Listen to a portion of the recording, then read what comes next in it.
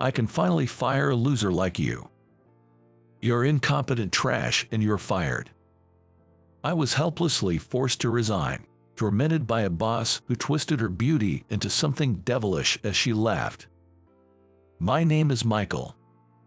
I work for a subcontracting company for a publishing house, struggling through another packed schedule today. I don't get hospitalized anymore, but as a kid, I had frequent asthma attacks and couldn't let go of my inhaler. During attacks at night, I couldn't lie down to sleep without endless coughing and breathing difficulties, so I just propped up some pillows and pretended to sleep. There was no rest for me. As a child, I would plaintively tell my mom, "Mom, it's too hard to sleep."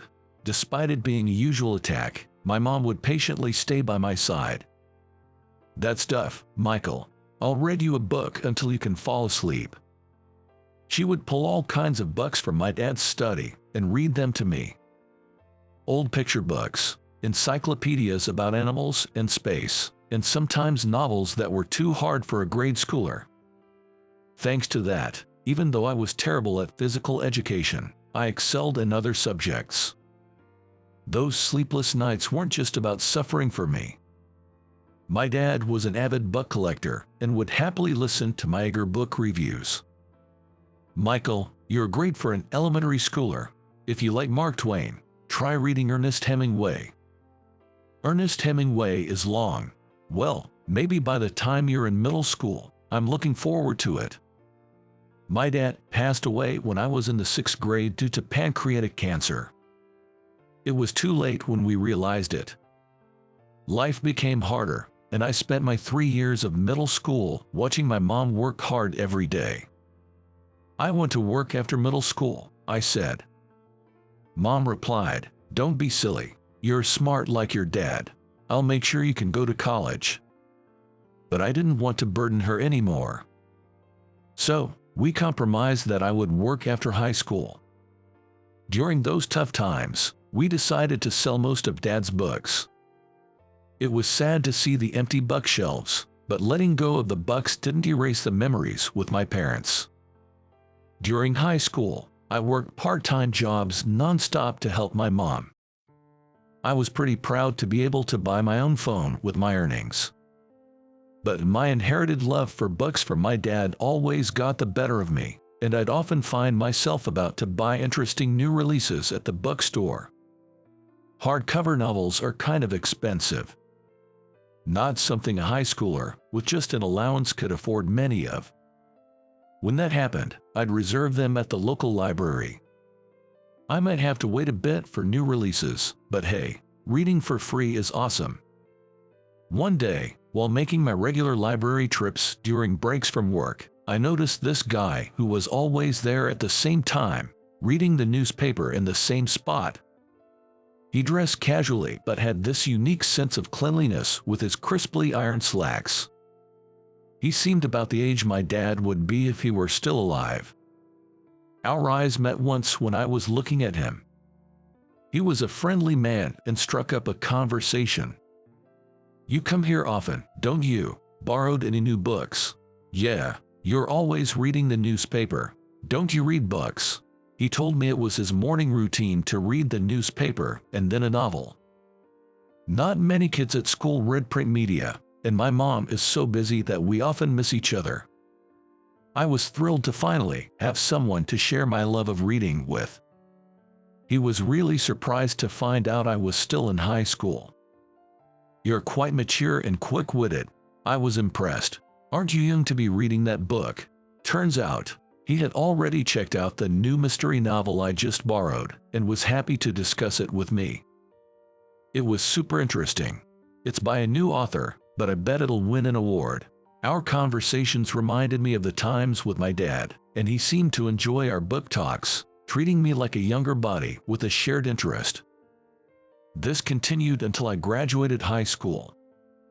Back then, I dreamed of working at a prestigious publishing house, but job hunting was tough.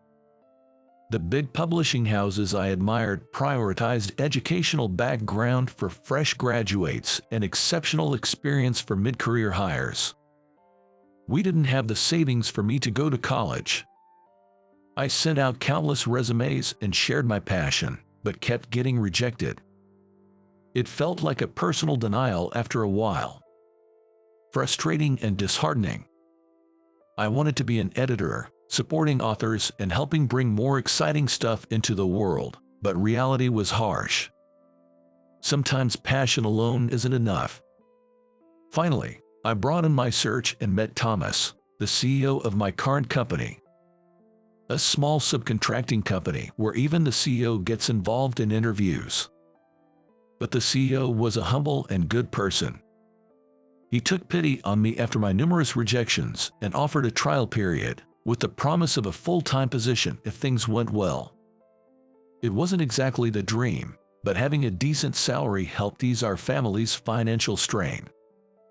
Mom doesn't have to cram in as much work now and even put on a little weight.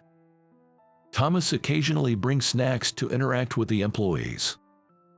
Michael, how are you settling in? Our print shop is small and busy, right?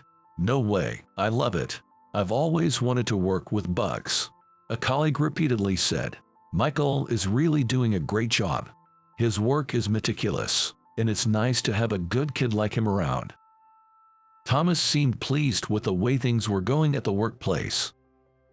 It was a physically and mentally demanding job, but all my colleagues were nice people, and I thought I was lucky to have such a good workplace. But back then, I had no idea what was coming. 4 years after I joined a company, Thomas brought someone he wanted everyone to meet, his own daughter, Rachel. She was a beautiful lady, dressed in a navy blouse and a lace pencil skirt, looking every bit the capable office worker.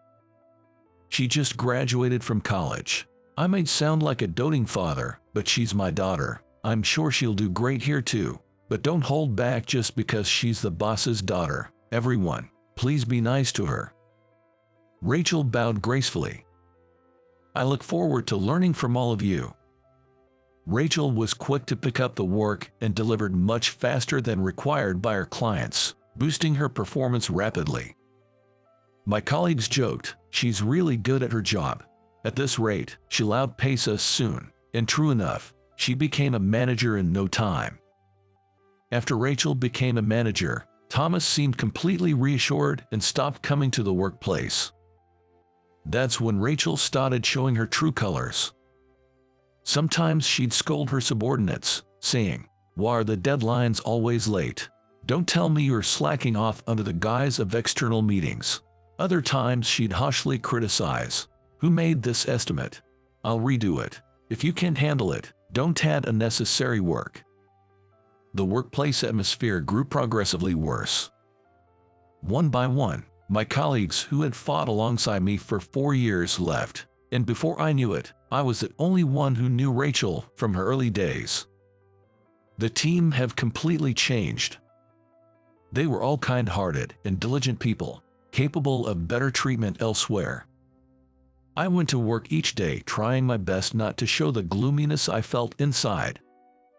Once, Rachel pointed out to me, saying, "You look so gloomy. You're bringing down the mood." Since then, I've been desperately trying to stay on her good side to avoid becoming a target of her bullying. Clients started to worry, asking, "Michael, are you okay? You seem to have lost a lot of weight," and giving me puzzled looks when the number of accounts I managed suddenly decreased. The workload, which was already heavy, started to weigh down on both me and Rachel. Even as people left, the work didn't decrease. Driven to keep Rachel out of my mind, I started working with intense determination. And finally, I reached the top in sales performance. As I was dragging my exhausted body home one day, Rachel called me in. "Michael, can I have a word with you?" What could it be? Had I made a mistake at work? I had been so careful not to upset Rachel recently. I can't think of any reason for being called in. With an uneasy feeling, I went to see her, only to be told, "You know, I wouldn't mind dating you." Incredibly, I'm being confessed to by Rachel. I can't make sense of it. What? I mean, I'm willing to date you. You're always looking at me, and you talk to me more than any other employees. I thought maybe it's time I reciprocated. Her attention was because she was difficult to deal with, and my talking to her was to keep the peace, not because I liked her. Was she not aware of how much her juniors feared her? If you date me, even someone with a low educational background like you could climb up the career ladder. Aren't you lucky? I heard about your struggles in a single-parent household, and how you barely got into this company thanks to my father's kindness. On the other hand, I became a manager soon after joining an elite. Honestly, someone like me is too good for you. I couldn't believe she was saying this to someone she was considering dating. I thought she might be playing hard to get, but I can't find her even remotely cute. I firmly declined. Rachel, when did I ever say I liked you? Well, that's the impression you gave with your behavior. I just want to get along with everyone at work as colleagues. I've never seen you as a romantic interest. Sorry if I gave you the wrong idea. Rachel was frozen, clearly not expecting to be turned down. It's awkward to reject someone you don't like. Anyway, see you at work tomorrow. I hurriedly left the office, eager to escape the awkward situation. From the next day, Rachel's excessive harassment began. Once, when I returned from an outside meeting, I found my desk completely soaked in water. The fabric of my chair was even stained. It was hot outside, wasn't it? I made it cooler for you. Really, what is she, a high school girl? On another day, the estimate I had finally completed was missing from my computer, and the sample of the magazine we were supposed to deliver was found in the shredder.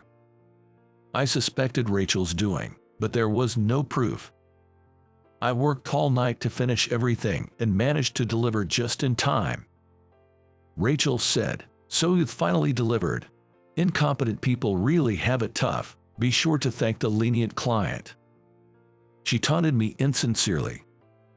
Moreover, she kept piling on overtime work, saying, "Since you can't do your job like others, can you work a bit more? You're stealing a salary, aren't you?" Ever since the day of her confession, it was clear that I was her target for harassment. Perhaps thanks to that, her treatment of other employees, like saying "good job, I'll take it from here," seemed to improve somewhat. Thinking that my sacrifice was protecting my juniors, just as my colleagues who had left asked me to, made it more bearable. However, the office girls, scared by her previous behavior, flinched even at normal words of encouragement. One of them bowed apologetically to me and left the room. Seeing this, Rachel clicked her tongue at me. Whether underperforming or overperforming, I was always subjected to her sarcasm, and the overall sales performance was declining. Even if Rachel and I were doing well, it wouldn't sustain the company. I wondered if it was time to report her behavior to the CEO. Then, one day, an even bigger problem arose. Our printing company had two major clients. One was a major women's magazine, Apple Sapling Publishing. The other was the prestigious William Bookstore, known for its serious publications.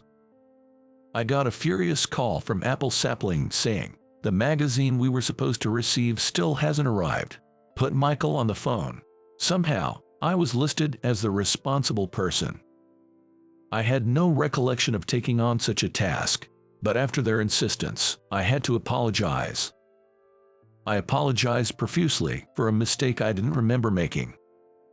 But they ended the contract, saying, "We will not be doing any business with your company in the future." How did things end up like this? Feeling empty, I was heading back to my desk when Rachel stopped me. Rachel twisted her beauty into a sinister smile. "You've really done something terrible, haven't you? Ruining such a big contract. You're not fit for this company." "I don't understand what you're saying." "Don't understand. There's no place for you in this company anymore." Rachel seemed to be enjoying herself way too much. Now I understand. This whole thing was her doing.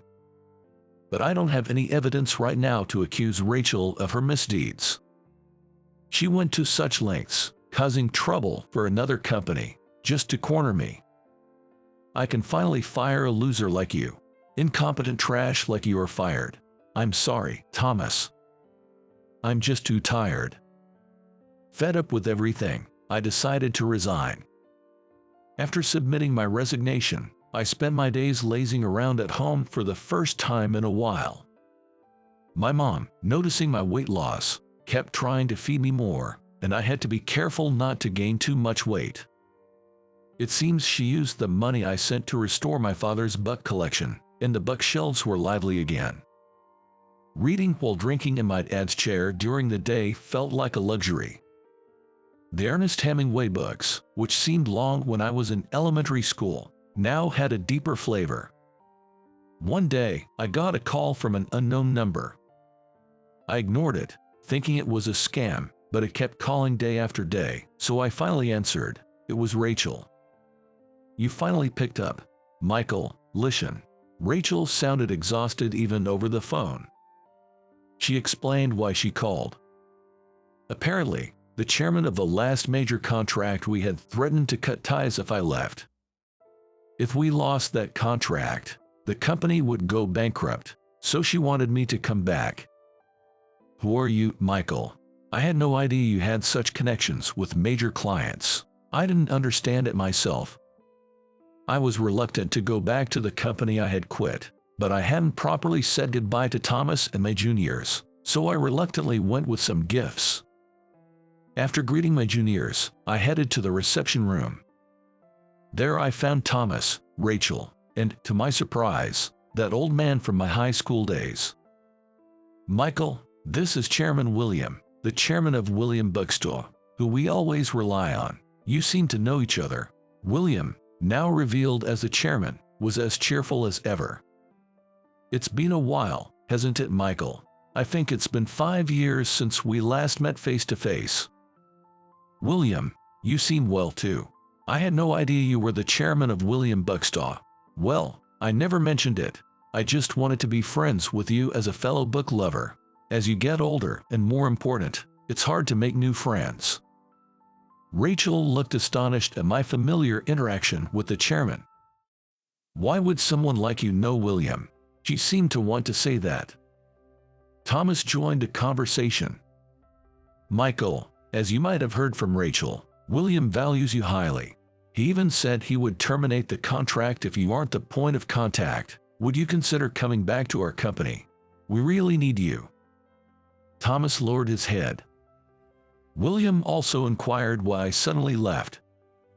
Does Thomas not know about Rachel's misdeeds? I'm flattered by your offer, but did anyone tell you why I resigned? I heard from Rachel it was for personal reasons. Your mother is unwell, right? I understand it's a difficult time, but what do you think? It's all fabricated. Any small sense of obligation I had left was gone. The reason I resigned was because I couldn't tolerate Rachel's misdeeds. You're unaware of her usual behavior, aren't you? Everyone's been enduring it, but many have been driven to resignation. The recent Apple Sapling Publishing incident was blamed on me, and I just couldn't take it anymore. I really can't think of returning. Rachel spoke gently. Michael, please stop making accusations. The incident the other day was resolved thanks to you apologizing to the client. I understand you're upset about ruining the deal with a major client, but Thomas and William looked confused. I felt helpless, unable to prove Rachel's misbehavior. Then, there was a knock on the door. Their office girl, who had been victimized by Rachel, entered. She placed a voice recorder on the table and played it. The recording was of Rachel's shrill voice berating her subordinates. How long are you going to dawdle? If you can't do your job, I'll fire you. If you don't like how I do things, then you should just resign. What do you think you are? A lowly educated poor person? Rachel turned pale. The girl continued.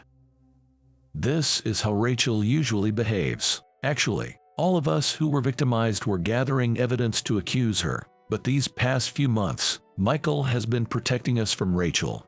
Even Michael was forced to leave in such an unfair way. It's absurd that Rachel remains unapologetic and has the audacity to summon Michael back. Thomas couldn't hide his surprise at the numerous pieces of evidence. I was amazed that the juniors had united and planned such a thing. It seemed that my complaints had finally been acknowledged as true. I'm glad you understand, but I have no intention of returning to the company. The CEO genuinely apologized. Michael, I'm truly sorry for not stopping my daughter's rampage and for all the trouble until now. What should I say to apologize to the employees who left?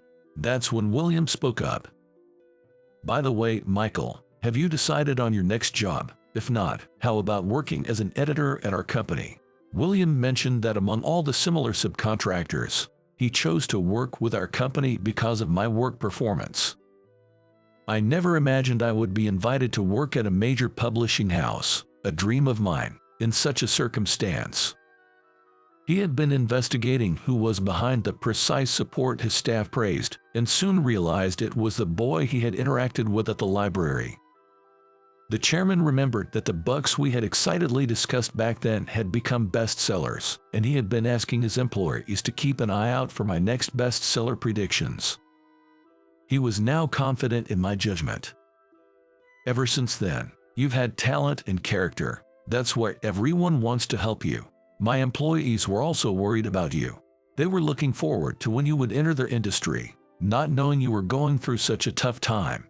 If you come to us, I think you'll be able to work more enjoyably than here, don't you? Hearing William's high regard for me, Rachel burst into tears like a little girl. Enjoyable work. Work isn't supposed to be fun. I have to be the best as the CEO's daughter, always surrounded by enemies. Even though I advanced faster and produced results more than anyone, no one appreciates me. It's so unfair. Why is it always Michael who is loved? Thomas, as a father, gently patted his daughter's back. Rachel, I may not have the right to say this after leaving you in charge of the field at such a young age, but listen. It's not just about achieving results. How you achieve them matters. If you can't cherish those around you, no one will cherish you, and there were never enemies from the start. Rachel's past behavior was inexcusable. The pain caused to colleagues who left because of her. The numerous losses inflicted upon the company. But was Rachel the only one at fault? I spoke my thoughts to Rachel. Rachel, I still can forgive you, but I know when you were a newcomer, you worked harder than anyone and became a manager. You're an incredible person. That's why I'm sorry I couldn't admonish you as a subordinate. It's too late now, but I really wanted to be closer to you. Rachel, unable to speak, sobbed and after calming down, admitted all her wrongdoings and sincerely apologized. I'm truly sorry for everything I've done. Honestly, I wanted to be loved by you, too. A month after this conversation, I'm being rigorously trained in editing by William himself. I'm back to busy days, but as William said, it's much more enjoyable than before. Chairman William, knowing me from the past, used a quote from some book. Not all those who lack money are talented, but it's true that many talented people don't have money. I find it enjoyable to find and support such people. Soon after, I was able to bring 2 bestsellers into the world. They were books I proudly completed in collaboration with the authors, working hand in hand. The company I left reportedly went bankrupt. Thomas is using his savings to apologize to Rachel's victims. Rachel is starting from scratch in a completely unrelated company, helping with the family finances. I hope she faces her actions. While having coffee with the chairman, I quietly reflected. Despite everything that's happened, I think I've overcome my past for who I am today. I'm that happy to have my dream come true. The chairman replied with his usual cheerful smile. Don't talk as if you've burned out. You're just starting. You rookie editor.